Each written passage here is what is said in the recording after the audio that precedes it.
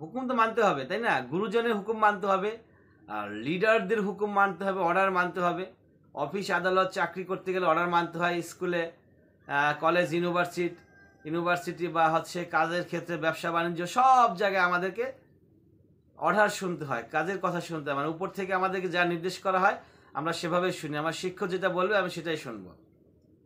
তবে এমন কোনো অর্ডার শোনা যাবে না, নবী মোহাম্মদ মুস্তাফা সাল্লাল্লাহু আলাইহি ওয়াসাল্লাম বলেছেন, কারো এমন হুকুম মানা যাবে না যাতে আল্লাহর হুকুম অমান্য করতে হয়।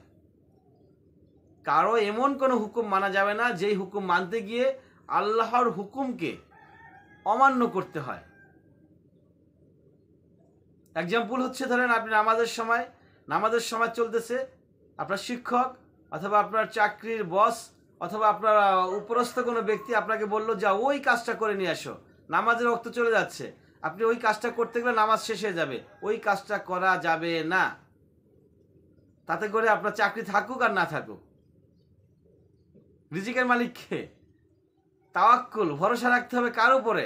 আল্লাহর উপরে। যদি আল্লাহর উপরে আপনার ভরসা থাকে যে এই কাজটা আমি করব না, আমার আল্লাহ আমাকে খাওয়াচ্ছেন, এই চাকরি আমাকে খাওয়ায় না, এই বিজনেস আমাকে খাওয়াচ্ছে না, এই যে খেতে ফসল আমি ফলাচ্ছি, এই ফসল হলে এই ফসলের মাধ্যমে আমার জীবন জীবিকা চলতেছে, না, ভুল, শিরক, পাপ। এই কথাগুলো যদি আমি বিশ্বাস করি, পাপ হয়ে যাবে, শিরক হয়ে যাবে, যার গুনাহ মহান রব্বুল আলামিন মাফ করবেন না। অতএব এমন কোনো অর্ডার মানা যাবে না যে অর্ডার মানতে গিয়ে আল্লাহর অর্ডারকে অমান্য করতে হয়।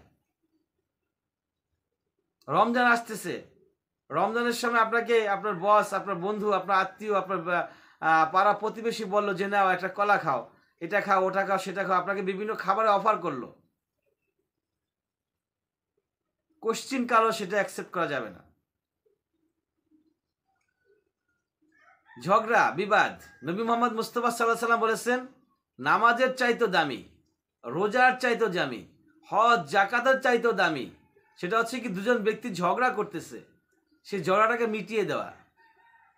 আর আমাদের সমাজে আমরা ঝগড়া যদি উস্কাই দেয়, আপনাকে যদি কেউ ডাকে ঝগড়া করার জন্য, এরকম আছে কিন্তু, পয়সা দিয়ে টাকা দিয়ে লোক ভাড়া করে নিয়ে আসা হয় শেষ করে দেওয়ার জন্য, একবার দুনিয়া থেকে বিদায় করে দেওয়া হয়, আরও হাত পা এটা ওটা সেটা ভেঙে ভেঙে পঙ্গু বানিয়ে দেওয়া হয়।